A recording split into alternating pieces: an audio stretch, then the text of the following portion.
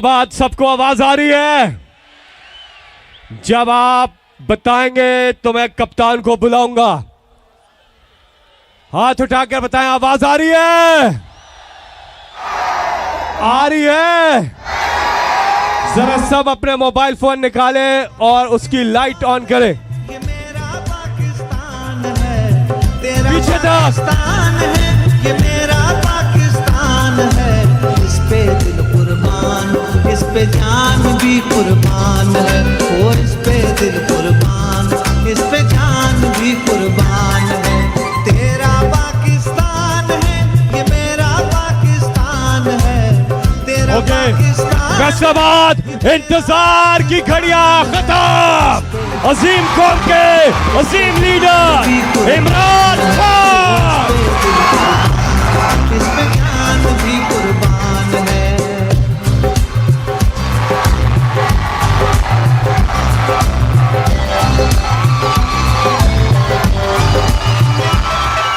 बिस्मिल्लाहिर्रहमानिर्रहीम।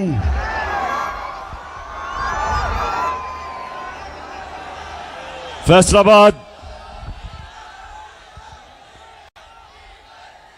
माशाअल्लाह, सबको आज मैं खुशामदीद कहता हूं अपने नौजवानों को। यहां मेरी बहनें पहली दफा हमारे जलसों में, किसी भी जलसों में पहली दफा इस तादाद में पाकिस्तान की ख्वातीन भी शामिल हैं हमारी तहरीक में। यहां हमारे एमएनएज, एमपीज, वर्कर्स, नौजवान, यूथ, और मैं यहां अपनी मसीह बरादरी को भी खुशामदीद कहता हूं। मेरे पाकिस्तानियों, मैं जब 2018 में इलेक्शन कैंपेन में जब मैं यहां आया फैसलाबाद, तो यहां बेरोजगारी थी, यहां टेक्सटाइल इंडस्ट्री बंद हो रही थी, हाउसिंग सोसाइटीज बनाई जा रही थी, टेक्सटाइल इंडस्ट्रीज बंद करके बेरोजगारी थी। और मैं अल्लाह का शुक्र अदा करता हूं कि हमारे 3.5 साल में यहां टेक्सटाइल इंडस्ट्री भी उठी, यहां रोजगार भी मिला, इर्द गिर्द किसानों के, पहली दफा किसानों के पास इतना पैसा आया, उनकी फसलों के ऊपर उनको पैसा मिला। गन्ना जो किसान उगाता था और जो शुगर माफिया उसको पैसे नहीं देता था, हमने उनको पैसा दिलवाया, हमने टाइम पे कीमत दिलवाई। और जब पैसा गया देहात में, किसान ने अपनी जमीनों पे लगाया, और पिछले 2 साल हमारे सबसे ज्यादा 4 बड़ी बड़ी फसलों की पैदावार हुई और कीमत भी मिली। आज जब मैं फैसलाबाद, यहां पहले मैंने जलसा किया 2 महीने पहले, अब मैं फिर यहां हूं आपके पास। कभी भी सियासी जलसे 3-4 साल के बाद एक शहर में होते थे, उससे पहले नहीं होते थे। यह पहली दफा है कि 2 महीने में फिर फैसलाबाद जलसा कर रहा हूं, और माशाअल्लाह इस तादाद में अवाम आई है जलसे पे। लेकिन मुझे अफसोस से कहना पड़ता है कि फैसलाबाद में इंडस्ट्री बंद हो रही है। पावर लूम वाले मेहनत कश वो बंद हो रहे हैं। जो शटल लूम वो भी बंद हो रही हैं, जो एक्सपोर्ट करते हैं। बेरोजगारी बढ़ रही है, और उसके अलावा जो बिजली की कीमतें, पेट्रोल और डीजल की कीमतें,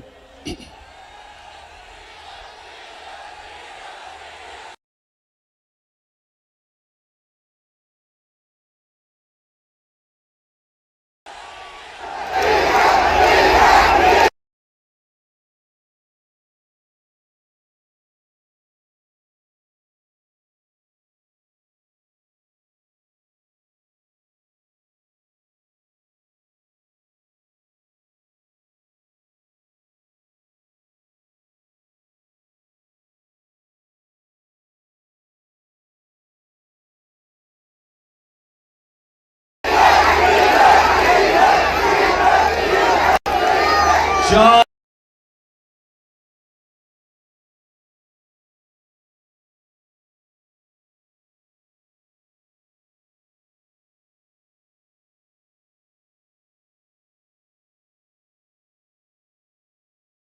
महीने के अंदर ये जो इंपोर्टेड हुकूमत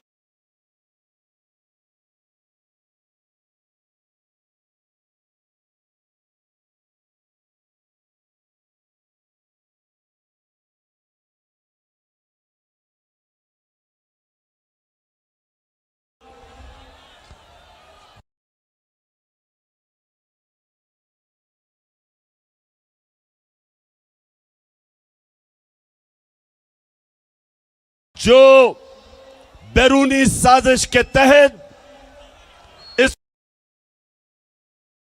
कौम के ऊपर मुसल्लत की गई, 4 महीने के अंदर इन्होंने पाकिस्तान का बेड़ा गर्क करके रख दिया।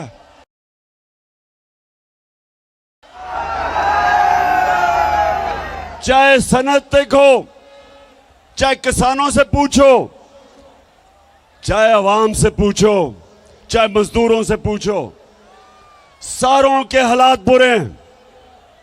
क्योंकि जो इंपोर्टेड हुकूमत थी वो सिर्फ एक मकसद के लिए आए थे, अपने करप्शन के केस बंद करने के लिए। तो मैं उसके ऊपर बाद में आऊंगा। मैं पहले जो पाकिस्तान में सैलाब आया हुआ है, अल्लाह ने हमें बड़े इम्तिहान में डाला हुआ है। 3 चीजें हमने करनी है आगे से कि अगर इस मुल्क में सैलाब आए तो वो इतनी तबाही। नंबर 1, हमें डैम्स बनानी पड़ेंगी। मैं फख्र से कहता हूं कि 50 साल के बाद हमारी हुकूमत थी जिसने 10 डैमें बनाई, जिसमें 3 बड़ी डैम्स थी 50 साल के बाद। और हमने अभी और डैम्स की फिजिबिलिटीज बनाई हुई थी, और अगर 3-4 साल और मिल जाए हमें तो कभी भी इस तरह की तबाही, फ्लड्स नहीं मचाएंगे आने वाले वक्त में इंशाअल्लाह। तो सबसे पहले डैम्स बनानी है। नंबर 2, ये जो मौसम की तब्दीली है, इसके लिए जो हमने 10 अरब दरख्त लगाने का हमारा जो प्रोग्राम है, वो एक ही तरीका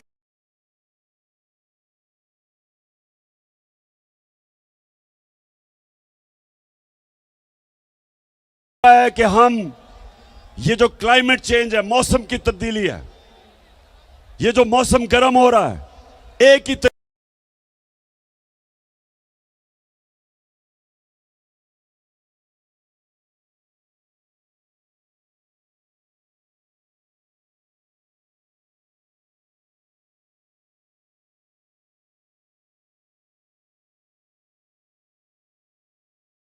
है इसकी गर्मी कम करने का कि सारी कौम मिलके आने वाली हमारी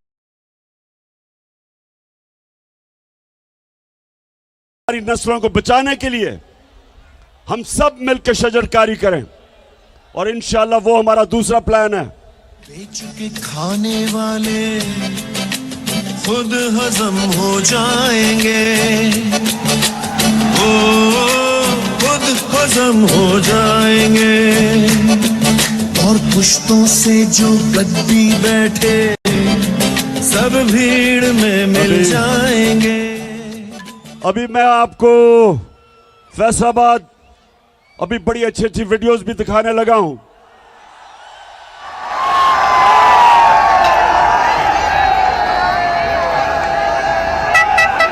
लेकिन उससे पहले मौसम का मैं सिर्फ आपको बता दूं कि हमने मौसम की तब्दीली को भी रोकने के लिए इस कौम ने मिलकर शजरकारी करनी है, हमने डैम्स बनानी है। और तीसरी चीज, जब पानी आता है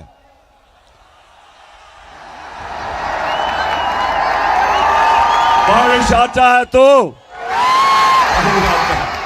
तो जब पानी आता है तो उसको निकालने के लिए ड्रेनेज सिस्टम चाहिए ताकि वो तबाही ना मचाए। अगर पानी के रास्ते में अगर आप पानी को निकलने नहीं देंगे तो वह फिर तबाही मचाएगा। तो इसलिए ये भी अभी हमने ड्रेनेज सिस्टम ठीक करना है। जिस तरह दराए सिंध के साथ राइट बैंक और लेफ्ट बैंक कैनाल है जो बंद हैं, जिनको कब्जे हो गए हैं। कई कराची की तबाही है क्योंकि नालों के ऊपर लोगों ने कब्जे कर लिए हैं। तो इंशाल्लाह ये तीसरी चीज, और चौथी इंशाल्लाह अगले इतवार को मैं फिर से टेलीथॉन करूंगा और खास तौर पे बैरून मुल्क पाकिस्तानियों से इंशाल्लाह अरबों रुपया आपको इकट्ठा करूंगा सैलाब के मुतासरीन के लिए। अच्छा, फैसलाबाद थोड़ी सी जरा संजीदा बातें देखें। फैसलाबाद वो शहर है, इंडस्ट्रियल सिटी है, पाकिस्तान का मैनचेस्टर है। अगर यहां हम अपनी सनत और सनतकारों की मदद करेंगे, वो सनतकारी करेंगे और सरमायाकारी करेंगे, फैक्ट्रियां बनाएंगे, नौकरियां मिलेंगी, मुल्क में दौलत में इजाफा होगा। और अब मुल्क जब एक्सपोर्ट करता है तो मुल्क के अंदर डॉलर आते हैं। तो नौजवानों, मैं चाहता हूं कि मैं आपकी तरबियत भी करूं और आपको तालीम भी दूं कि हमने अपने मुल्क को कैसे उठाना है, कैसे एक अजीम मुल्क बनाना है। तो कोई भी मुल्क जब तक, जिसको अंग्रेजी में वेल्थ क्रिएशन, जब तक वो मुल्क में अपनी दौलत के अंदर इजाफा नहीं करता, जब तक वो मुल्क में दौलत की इजाफा नहीं करता, अपनी एक्सपोर्ट्स नहीं बढ़ाता, तो वो इसी तरह कभी IMF की गुलामी तो कभी किसी की गुलामी, और उसका सरबरा फिर यही करता है जो कि अभी शहबाज शरीफ कहता कि मैं भी मुल्क फिर के आया हूं। तो वो क्या कहता, जरा ये देख लें। मैं सऊदी अरब से होके आया हूँ, मैं UAE के होके, अभी मैं तुर्की होके आया हूँ। और मैंने उन भाइयों को कहा कि आप हमारे बड़े अजीम भाई हैं, हमेशा आपने हमारी मदद की। और मैंने यही कहा, जब मैं आया हूँ तो आप समझेंगे शायद ये मांगने आया है। मैं मांगने नहीं आया, लेकिन मजबूरी है। जिस तरह माजी में 75 साल में आपने हमारा हाथ बटाया है, कुछ अर्सा आप हाथ बटाओ। मैंने कहा मैं वादा करता हूं कि इंशाअल्लाह हम पूरी कौम हम मिलकर दिन रात मेहनत करेंगे, पसीना कराएंगे, अपने पांव पे खड़े होंगे। हाँ शहबाज शरीफ, कौम तो मेहनत करती है। हमारा जो बैरून मुल्क पाकिस्तानी जो सऊदी अरेबिया, दुबई, दुनिया में जाके पैसे कमाते हैं, 14-14 घंटे काम करते हैं, वो पैसा पाकिस्तान भेजते हैं, जिसको रेमिटेंसेस कहते हैं, वो डॉलर्स पाकिस्तान भेजते हैं। और आप और आपके भाई और जरदारी की तरह करप्ट लोग चोरी करके मुल्क से पैसा बाहर भेज देते हैं। तो मेरे नौजवानों सुनो, आप अभी IMF की रिपोर्ट आई है, ये जरा आप गौर से सुने। IMF, अब मैं समझा दूं IMF क्या है। IMF एक आलमी बैंक है। जब एक मुल्क के अंदर डॉलर्स की कमी होती है, यानी मुल्क में ज्यादा डॉलर्स बाहर जाते हैं और कम डॉलर्स मुल्क में आते हैं, खसारा होता है बैरूनी, तो फिर IMF आपको कर्जा देता है। तो जब वो कर्जा देता है, वो कई शराइत लगा देता है। वो ये कहता है कि मसलन आप अवाम से पैसा इकट्ठा करने के लिए बिजली महंगी करो, आप पेट्रोल और डीजल की कीमत बढ़ाओ।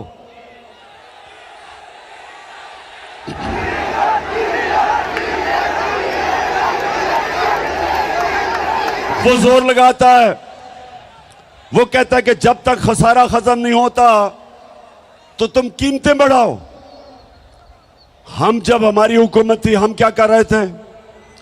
हम कहते थे IMF को कि देखो, हम अपनी दौलत में इजाफा करेंगे, हम अपनी इंडस्ट्री को इंसेंटिव देंगे कि ताकि इंडस्ट्री ज्यादा पैदावार पड़े, ज्यादा इंडस्ट्रीज लगे, हम अपने किसान को उसकी मदद करेंगे ताकि वो ज्यादा पैदावार, उसकी फसलें ज्यादा पैदावार करे। और जब ज्यादा पैदावार होगी, हमारी दौलत में इजाफा होगा, हम आपके कर्जे भी वापस कर देंगे और हम अपनी आवाम के ऊपर बोझ कम करेंगे।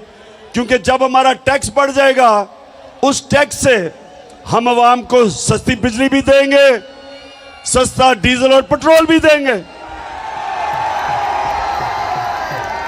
तो हमने फैसलाबाद, गौर से सुनो, हमने पाकिस्तान की तारीख में सबसे ज्यादा टैक्स का पैसा इकट्ठा किया, क्योंकि हमने दौलत में इजाफा किया, हमें टैक्स ज्यादा मिला, हमने करप्शन कम की और तारीखी टैक्स इकट्ठा किया, जिसकी वजह से जब 4 महीने पहले पेट्रोल एक लीटर 150 रुपए का था, सिर्फ 4 महीने पहले आलमी मंडी में तेल तब $103 का था। और ये जरा सुन ले, नोट करें, ये $103 का आलमी मंडी में तेल था और हम आपको पेट्रोल 150 रुपए लीटर दे रहे थे। आज आलमी मंडी में तेल $96 है, कम हो गया, लेकिन आज आपको 236 रुपए लीटर पेट्रोल पड़ रहा है, क्योंकि हमने अपने पेट्रोल की कीमत नीचे रखी थी। हमने टैक्स से ज्यादा पैसा इकट्ठा करके हमने अवाम पे बोझ नहीं पड़ने दिया। हमने बिजली की कीमत, हमारे दौर में 18 रुपए लीटर, 18 रुपए यूनिट थी, आज 36 रुपए यूनिट है, दुगनी, और टैक्स लगा के तो 50 रुपए यूनिट बन जाती है। हमने लोगों के ऊपर बोझ नहीं पड़ने दिया, हमने अवाम के ऊपर बोझ नहीं पड़ने दिया। 4 महीने के अंदर, और तो छोड़ें, डीजल किधर गया, पेट्रोल किधर गया, बिजली किधर गई। आज आटा कराची के अंदर जो हमारे दौर में 20 केजी आटा 850 रुपए पे बिक रहा था, कराची में आज 2000 रुपए पे नहीं मिल रहा। तो ये कौन सी क़यामत आ गई कि 4 महीनों के अंदर महंगाई आसमान पे और माइशत जमीन पे। ये इन्होंने किया है, इस इंपोर्टेड हुकूमत ने। और IMF क्या कह रहा है? IMF कह रहा है आगे भी हालात बुरे हैं। IMF ये कह रहा है कि आने वाले दिनों में अभी बिजली और महंगी होगी, करनी पड़ेगी पाकिस्तान को बिजली और महंगी। वो ये कह रहे हैं बेहतरीन हुकूमत है, यहां पॉलिटिकल स्टेबिलिटी नहीं, यहां सियासी इस्तेकाम नहीं। इसका मतलब कि सरमायाकारी नहीं होगी, इसका मतलब दौलत में इजाफा नहीं होगा, इसका मतलब हमारी मैशत सुकड़ती जाएगी, इसका मतलब बेरोजगारी बढ़ेगी, इसका मतलब फैक्ट्रियां बंद होगी, इसका मतलब कीमतें ऊपर जाएंगी, कीमतें ऊपर जाएंगी और बेरोजगारी बढ़ेगी। ये IMF ने रिपोर्ट दी है। तो मैं आज सवाल पूछता हूं कि सब जिन्होंने साजिश करके इन चोरों को हमारे ऊपर मुसल्लत किया था, आज कौम को जवाब दें कि तुमने किया क्या? गद्दारी की है कौम से।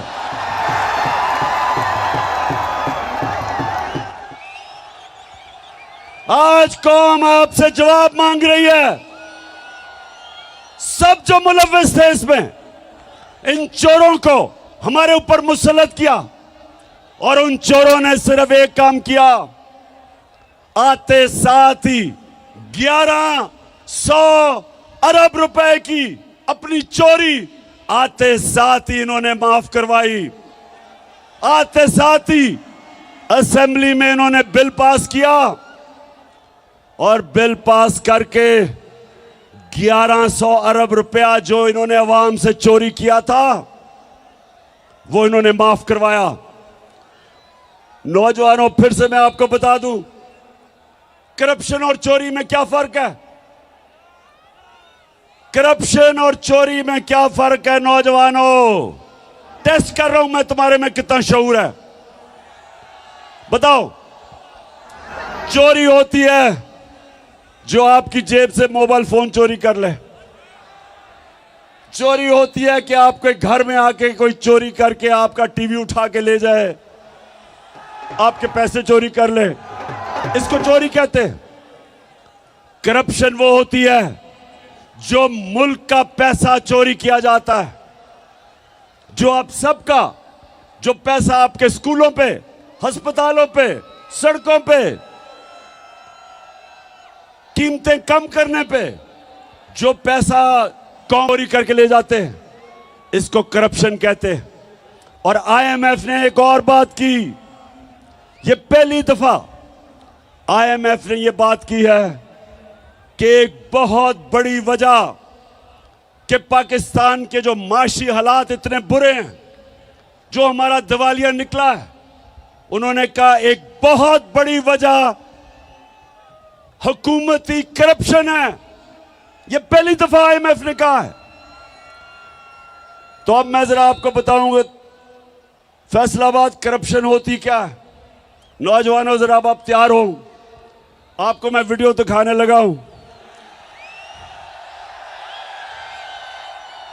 करप्शन होती क्या है? करप्शन होती यह है कि जब मसलन मैंने एक पावर प्लांट लगाना है पाकिस्तान में, उसकी कीमत है 100 अरब रुपया। मैं क्या करता हूं, मैं मुल्क का प्राइम मिनिस्टर या वजीर हूं, मैं क्या करता हूं, उसकी कीमत उठा के 120 रुपए कर देता हूं, 120 अरब रुपया, 20 रुपए जेब में डाल लेता हूं। वो पावर प्लांट जो दुनिया में 100 अरब रुपए में बने हैं, वो पाकिस्तान में 120-30 रुपए पे 30 अरब रुपए के बने हैं। जो 30 अरब रुपया जो ऊपर जो कीमत बढ़ा के करते हैं, वो अवाम को कीमत अदा करनी पड़ती है महंगी बिजली से। और वो क्योंकि 30 अरब रुपया मुल्क में नहीं छुप सकता, क्योंकि वो बैंकों में डालेंगे, लोग पूछेंगे, तो वो मुल्क से बाहर भेजते हैं, वो चोरी करके बाहर भेजते हैं। तो अब मैं आपको बताऊं कि जो हमारे साहिब इख्तियार जो 30 साल से इस मुल्क में चोरी कर रहे हैं, 2 खानदान, शरीफ खानदान और जरदारी खानदान, मैं जरा अब आपको खुद देखेंगे कि ये चोरी करते कैसे हैं और पकड़ी कैसे जाती है। जी,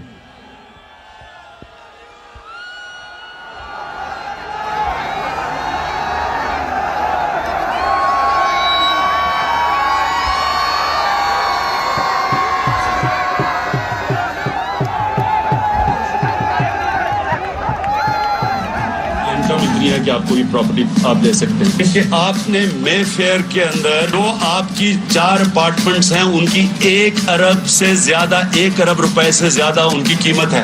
अब 4.5 अरब तक पहुंच गई है उनकी कीमत। आपने अपनी जो टैक्स में टोटल आमदनी बताई है 94 में, 1.5 लाख रुपए है। मुझे ये बताएं कि आपने अरबों रुपए की मे फेयर में प्रॉपर्टी खरीदी कैसे? ना आपकी। अच्छा, ये आज से 10 साल पहले मैंने इनसे सवाल पूछा शरीफों से कि ये आपके पास लंदन में महंगी तरीन जगह, लंदन यूरोप की सबसे महंगी तरीन शहर है, उस शहर की सबसे महंगी तरीन जगह मेफेयर में मैं इनसे पूछता हूं तुमने किधर से ये पैसा आया? तो ये जरा आप मरियम बीबी का सुने। मुझे लगा कि आप लोगों को बेवकूफ नहीं बना सकते। मेरी सेंट्रल लंदन में प्रॉपर्टीज तो दूर की बात है, मेरी पाकिस्तान में भी कोई प्रॉपर्टी नहीं है। मैं अपने वालिद के साथ है और मुझे समझ नहीं आई कि मेरी और मेरी वालदा की और बहन भाइयों की प्रॉपर्टीज ये कहाँ से निकाल के ले आए हैं। मेरे नाम पाकिस्तान में कोई प्रॉपर्टी नहीं है, ये तो इंग्लैंड की बात है। सुन लिया, सुन लिया। ये मरियम को नहीं पता था कि एक हदीस है कि शैतान आपके गुनाह दुनिया में नशर कर देता है। कि आप जितना मर्जी गुनाह छुपाना चाहें, शैतान दुनिया में नशर कर देता है। तो उनको नहीं पता था आज से 9 पाकिस्तान में साल कोई प्रॉपर्टी नहीं पहले है, ये तो इंग्लैंड की बात है। एक इंटरनेशनल इंकशाफ हो जाएगा। सुन लिया, उनकी मेफेयर की अरबों रुपए की मरियम को नहीं पता था इंकशाफ होगा कि ये इनकी है। ये कहती है ना मेरी नहीं है। अब ये सुने,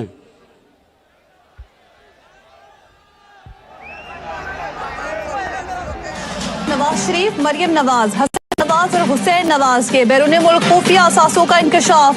पनामा लीक्स ने बैरून मुल्क खुफिया दौलत का भांडा फोड़ दिया। इंकशाफ हो गया। वो कह रही थी कि मेरी प्रॉपर्टी नहीं।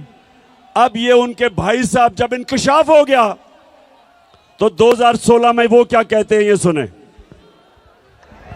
मैं इस बात को तस्लीम करता हूँ कि अल्हम्दुलिल्लाह पाक लेन के ऊपर जो अपार्टमेंट्स हैं वो अल्हम्दुलिल्लाह हमारे हैं। मैं इस बात को तस्लीम करता हूँ कि उनको ऑफशोर कंपनीज नेस्कॉल लिमिटेड और नीलसन लिमिटेड जो है उनको ओन करती हैं। और मैं आपको ये भी अर्ज करता हूँ उनको होल्ड कर रही है इस वक्त मरियम नवाज शरीफ, मेरी हमशीरा जो है। ठीक है जी, समझ गए?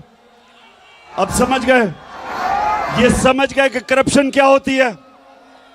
यहां से पैसा चोरी किया, हुंडी हवाले से लंदन भिजवाया, उधर क्योंकि नवाज शरीफ अपने नाम पर ही लेना चाहता था, कंपनी बनाई, कंपनी की मालिका बनाई मरियम नवाज, और उसके नाम पे 4 महंगे तरीन अरबों रुपए के लंदन में प्रॉपर्टी ले ली। अब ये क्यों कह रहे थे कि हमारी नहीं है? क्योंकि ये बता ही नहीं सकते कि किधर से पैसा आया कि इतनी महंगी प्रॉपर्टीज ले ले। अच्छा, अब जब ये सारा सामने आ गया तो लोगों ने मरियम से पूछा कि ये बताएं कि जनाब आपके पास पैसा किधर से आया। तो आप ये जरा सुने कि मरियम क्या कहती है, सुने जरा। हसन हुसैन के पास आज जो भी है वो उनके वालिद से उनको नहीं आया। वो कहते हैं ना, ये पैसा कहाँ से आ गया कि बच्चे इतनी छोटी छोटी उम्रों में अमीर हो गए और अरबपति हो गए। तो मुनीब, वो एक अरबपति दादा के पोते हैं। उस अरबपति दादा के पोते हैं जो 1960s और 70s में पाकिस्तान का अमीर तरीन इंसान था।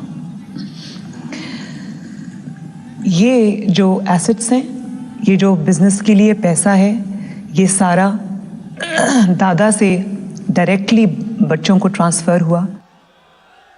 सुन लिया? ये सुन लिया? मरियम कहती है कि हमारा तो दादा इतना अमीर आदमी था कि हमारे पास तो ये पैसा दादे ने दे दिया। अच्छा, अब दादे ने दे दिया तो दादे का जो बेटा शहबाज शरीफ था वो ये क्या कहता है? मेरा खानदान मेरे खानदान को 22 खानदानों में शुमार नहीं होता था। मुझे इसके ऊपर बाइस फख्र है कि मेरे वालिद का ताल्लुक एक गरीब किसान के घराने से था, हिंदुस्तान से। वो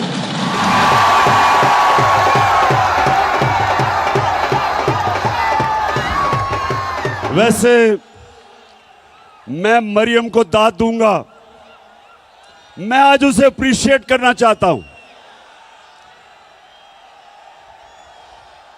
सुने सुने क्यों? कि इतना बड़ा झूठ बोलते हुए एक भी मुंह से लाइन इधर उधर नहीं हुई।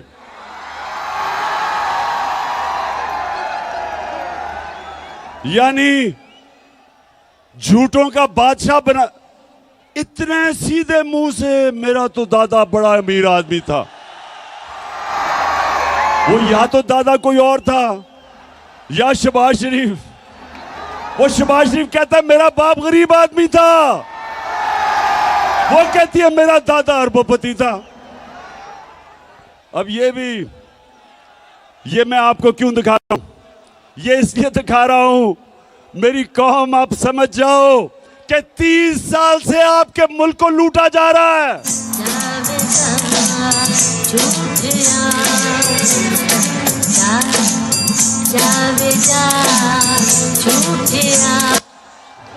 फ्रॉडिया। अच्छा, अब अब दूसरी तरफ आ जाओ, आसिफ जरदारी।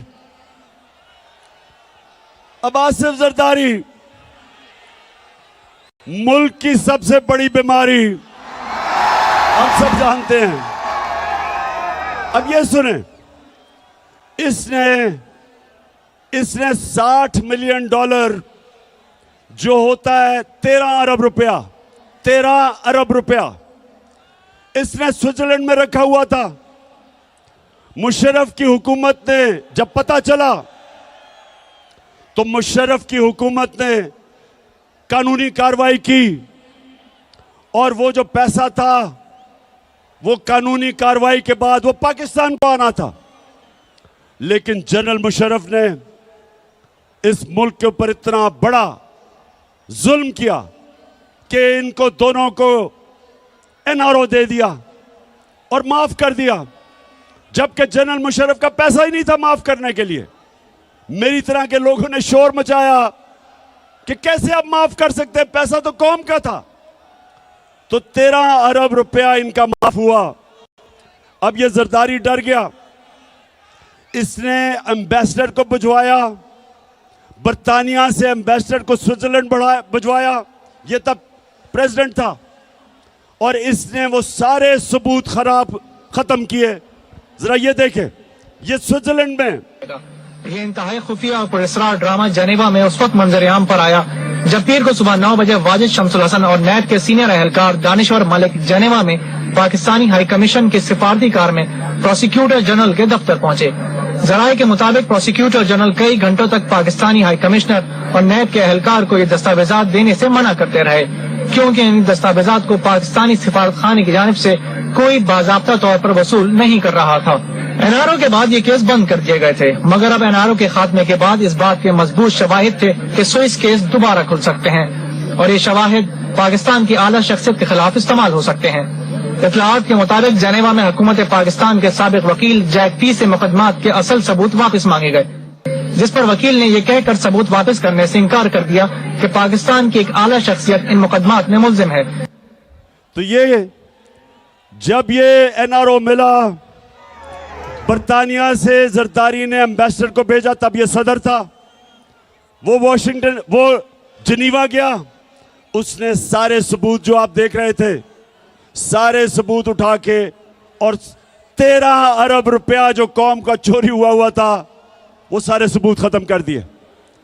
तो ये जो दो घर हैं, ये जो 30 साल से लूट रहे हैं, इनको दोनों को मुल्क पर मुसल्लत किया गया।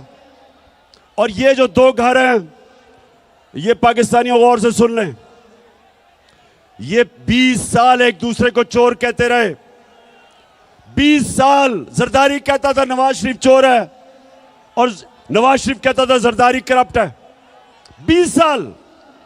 और जब तहरीक इंसाफ की सुनामी आई, दोनों इकट्ठे हो गए, दोनों चोर मिल गए, और अब इनको हमारे ऊपर मुसल्लत किया गया। 4 महीने में सारी कौम देखो कि उन्होंने किया क्या हमारे साथ। और मैं अब आपसे जो सबसे संजीदा बात करना चाहता हूं वो ये, अब ये मुल्क को संभाल नहीं सक रहे, मुल्क के हालात बिगड़ते जा रहे हैं। IMF ने भी कह दिया है कि जब तक पाकिस्तान में सियासी इस्तेकाम नहीं होगा मुल्क के हालात बिगड़ते जाएंगे, माशरत नीचे जाती रहेगी, बेरोजगारी बढ़ती जाएगी, महंगाई बढ़ती जाएगी और पाकिस्तान में इंतशार का डर है, ये IMF कह रहा है। तो सवाल ये होता है कि ये दोनों क्यों इलेक्शंस करवाने से डरते हैं? क्योंकि सिर्फ इलेक्शन की वजह से मुल्क में इस्तेकाम आएगा सियासी। तो ये क्यों डरते हैं इलेक्शन से? ये डरते आपकी वजह से हैं। इनको पता है कि जब इलेक्शन हुआ इनका नाम और निशान मिट जाएगा। और इसलिए एक ये वजह है, और दूसरी बड़ी इंपॉर्टेंट वजह है, पाकिस्तानियों सुनो, दूसरी वजह यह है कि नवंबर में नया आर्मी चीफ आने वाला है और ये दोनों जरदारी और नवाज शरीफ, इनकी पूरी कोशिश है कि ऐसा आर्मी चीफ आए जो ये अपना कोई फेवरेट लेके आए। ये अपना आर्मी चीफ लाना चाहते हैं क्योंकि पैसा इन्होंने चोरी किया हुआ है। ये डरते हैं कि यहां कोई तकड़ा आर्मी चीफ आ गया, एक मुहिब्बे वतन आर्मी चीफ आ गया तो वो पूछेगा इनसे। तो इस डर से ये बैठे हुए हैं कि ये दोनों मिलकर अपना आर्मी चीफ अपॉइंट करेंगे। अब मैं सारे पाकिस्तानियों से पूछता हूं, फैसलाबाद, गौर से मेरी आप बात सुनो। ये दो जब इनको मुश्किल पड़ती है मुल्क से बाहर भाग जाते हैं, अरबों रुपया इनका मुल्क से बाहर।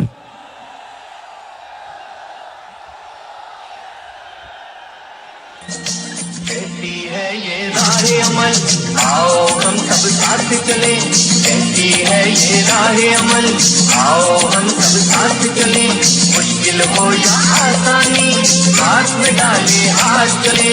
मुश्किल हो या आसानी, अच्छा सुनो, सो ये सुने गौर से, दोनों का पैसा बाहर पड़ा है। दोनों जब मुश्किल आती है, जरदारी जेल से निकल के मुशर्रफ के दौर पर भाग गया, नवाज शरीफ जेल से निकल के मुल्क से बाहर भाग गया, एनआरओ लेके दोनों वापस आ गए। फिर थोड़ी मुश्किल पड़ी, जब जरदारी ने कहा मैं ईंट से ईंट बजा दूंगा, डर के फिर बाहर भाग गया। नवाज शरीफ वो जो झूठ बोल के यहां से गया, वो फिर बाहर भाग गया। बच्चे इनके बाहर, इसके नवाज शरीफ के दो बेटे कहते हैं कि हम पाकिस्तान के शहरी नहीं, वो बाहर बैठे हैं। जरदारी कानी को उसने भेजा एडमिरल मलन को कि मुझे पाकिस्तानी फौज से प्रोटेक्शन चाहिए। ये सुने जरा, उधर नवाज शरीफ डॉन लीग्स में हिंदुस्तान को कहता है कि हम गवर्नमेंट तो चाहती है लेकिन फौज दहशतगर्दी नहीं रोक रही। ये डॉन लीग्स में कहता है। बरका दत्त को मिलता है, बरका दत्त लिखती है सार्क कॉन्फ्रेंस काठमांडू में, ये छुप के नरेंद्र मोदी से मिलता है अपनी फौज से डर के। अब ये दो लोग, पैसा इनका बाहर पड़ा, जो वहां की ताकतें जो इनको लेके आई, जिधर इनका पैसा पड़ा, ये उनके गुलाम हैं। तो मेरा सवाल ये है कि क्या आर्मी चीफ उनसे एनओसी लेके बनाएंगे? ये मैं सारी कौम के सामने समझता हूं कि ये सिक्योरिटी रिस्क है। ये दो वो लोग हैं जो मुल्क के गद्दार हैं। पैसा बाहर, इंटरेस्ट बाहर, करप्ट। ये माजी में डॉन लीग्स और मेमोगेट, किसी सूरत इस मुल्क की तकदीर इनके हाथ में नहीं होनी चाहिए। इस मुल्क का आर्मी चीफ मेरिट के ऊपर होना चाहिए। जो सबसे मेरिट पे है उसको आर्मी चीफ बनना चाहिए। किसी की पसंदीदा आर्मी चीफ नहीं होना चाहिए, किसी का फेवरेट नहीं होना चाहिए। तो फैसलाबाद, अब मुझे पता है हिंदुस्तान का मैच शुरू होने लगा और पाकिस्तान का।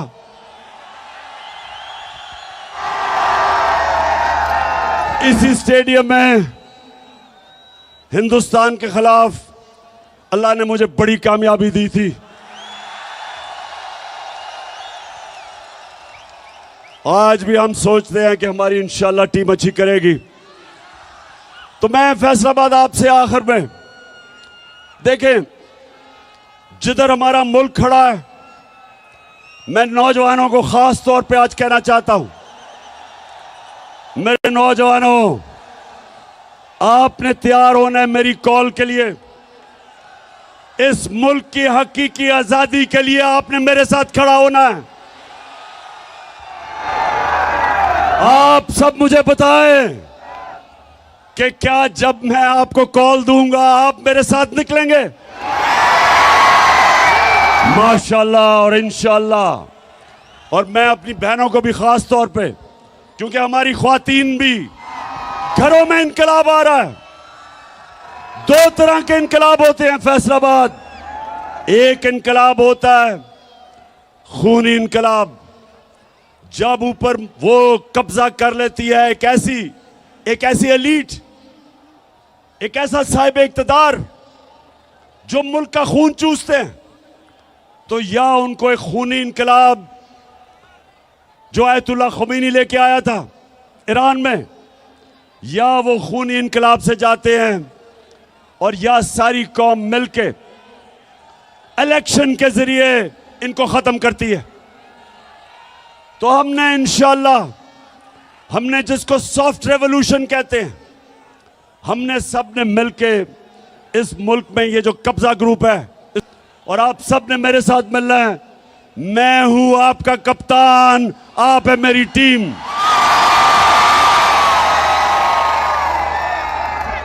और फैसलाबाद इलेक्शन भी आ रहा है, यहां एक इलेक्शन भी है, आपको पता है लोटों का। इस फैसलाबाद में भी 1-2 लोटे निकले हैं।